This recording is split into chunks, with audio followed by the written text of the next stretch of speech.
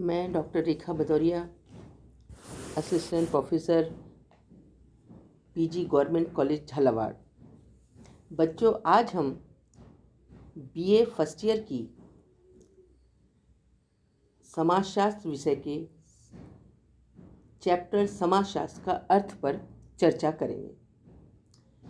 मनुष्य आदिकाल से ही समाज में रहता रहा है, परंतु उसने अपने समाज और अपने स्वयं में काफ़ी देर से रुचि लेना प्रारंभ किया। सबसे पहले मनुष्य ने प्राकृतिक घटनाओं का अध्ययन किया, उसके चारों ओर के पर्यावरण को समझने का प्रयत्न किया और उसके बाद अंत में स्वयं के अपने समाज के विषय में सोचना विचारना शुरू किया। तो यही कारण रहा कि पहले प्राकृतिक विज्ञानों का विकास हुआ और उसके पश्चात सामाजिक विज्ञानों का। सामाजिक विज्ञानों के विकास के क्रम में भी जो समाजशास्त्र का एक विज्ञान के रूप में विकास काफ़ी देर से हुआ। लगभग 19वीं शताब्दी में इस नवीन विषय को अस्तित्व में आने का अवसर मिला। अतः इस दृष्टि से सामाजिक विज्ञानों की तुलना में भी समाजशास्त्र एक नवीन विज्ञान है। समाजशास्त्र की जो आवश्यकता का अनुभव जटिल समाजों और विभिन्न सामाजिक घटनाओं को समझने के लिए किया गया और धीरे धीरे इस शास्त्र का महत्व भी बढ़ता गया, जो समाजशास्त्र के विकास के संबंध में काफ़ी उल्लेखनीय है। समाजशास्त्र समाज का ही एक विज्ञान है, शास्त्र है, और इसके द्वारा ही हम समाज और सामाजिक जीवन का अध्ययन करते हैं। इस नवीन विज्ञान को जन्म देने का श्रेय फ्रांस के प्रसिद्ध विद्वान अगस्त कॉम्टे को है। साथ ही सर्वप्रथम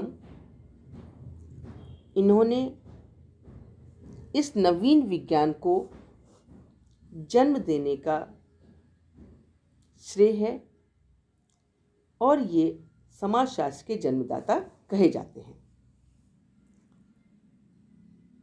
इस नवीन विज्ञान को 1838 में समाजशास्त्र का नाम दिया गया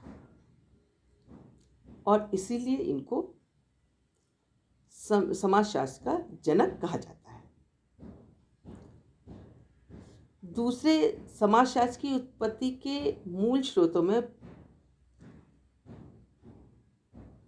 गिन्सबर्ग ने भी लिखा है कि समाजशास्त्र की उत्पत्ति राजनीतिक दर्शन इतिहास के विकास के जैव के सिद्धांत पर उन सभी सामाजिक और राजनीतिक सुधार के आंदोलनों पर आधारित है। जो समाजशास्त्र का शाब्दिक अर्थ है,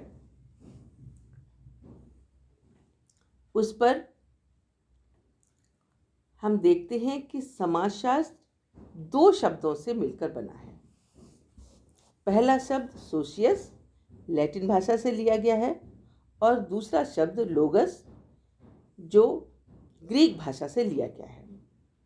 सोशियस का अर्थ होता है समाज और लोगस का अर्थ होता है शास्त्र।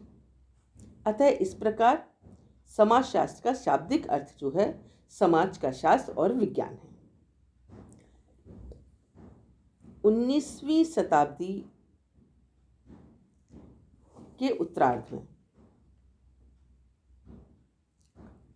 हर्बर्ट स्पेंसर ने समाज के एक क्रमबद्ध अध्ययन किया और अपनी पुस्तक उनकी एक पुस्तक है सोशियोलॉजी, उसमें इसका क्रमबद्ध अध्ययन जो है वो रखा है।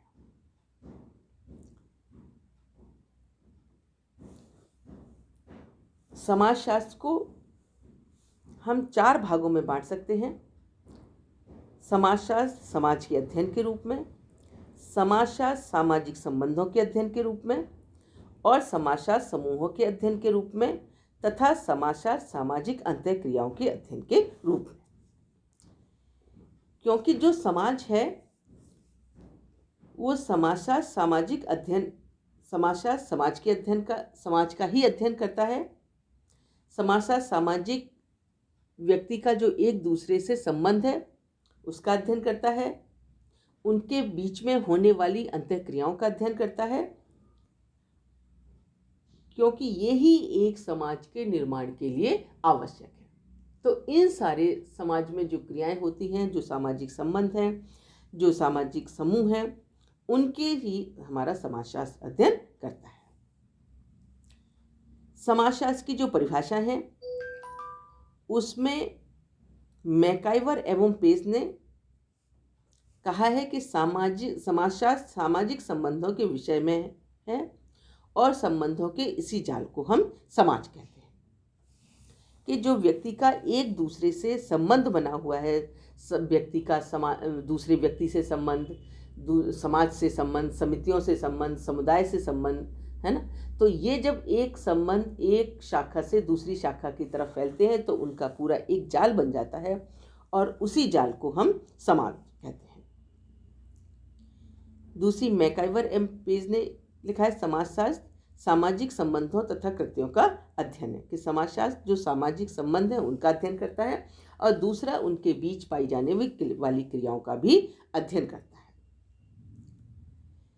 तो हम देखते हैं कि समाजशास्त्र समाज में होने वाली घटनाओं, सामाजिक संबंधों, सामाजिक क्रियाओं और सामाजिक संबंधों का पूर्ण रूप से अध्ययन करता है। तो समाजशास्त्र जो है संपूर्ण समाज का एक समग्र इकाई के रूप में अध्ययन करने वाला विज्ञान है। इससे सामाजिक संबंधों का व्यवस्थित अध्ययन किया जाता है और सामाजिक संबंधों को ठीक से समझने की दृष्टि से सामाजिक क्रिया, सामाजिक अंतःक्रिया एवं सामाजिक मूल्यों के अध्ययन पर इस शास्त्र को विशेष जोर दिया जाता है। कि जो भी व्यक्ति समाज से संबंध रखता है, समाज के अंदर होने वाली क्रियाएं, एक से दूसरे व्यक्ति का संबंध, इन सब का अध्ययन समाजशास्त्र के अंतर्गत किया जाता है। तो हम देखते हैं बच्चों कि समाजशास्त्र के जो जनक हैं वो अगस्त कॉम्टे हैं। 1838 में समाजशास्त्र का जन्म हुआ। इससे थोड़ा सा पहले ये अपने विस्तृत और निष्पक्ष रूप से अपने को एक शास्त्र के रूप में इस समाज में स्थापित कर पाया। तब से समाजशास्त्र जो है अलग विषय के रूप में अपना स्थान प्राप्त किया। नहीं तो इससे पहले जो और विषय हैं उन्हीं के साथ इसका अध्ययन किया जाता था। ये एक नवीन विज्ञान है। इसका जन्म काफ़ी बाद में हुआ, क्योंकि पहले व्यक्ति समाज में तो रहता था, लेकिन उसने सबसे पहले आपको बताया कि प्राकृतिक चीज़ों के अध्ययन पहले किया, प्राकृतिक विज्ञान का अध्ययन पहले किया। उसके बाद अपने चारों तरफ के वातावरण का अध्ययन किया। उसके बाद समाज में होने वाली घटनाओं, सामाजिक संबंधों का अध्ययन किया। तब समाजशास्त्र का जन्म हुआ। धन्यवाद।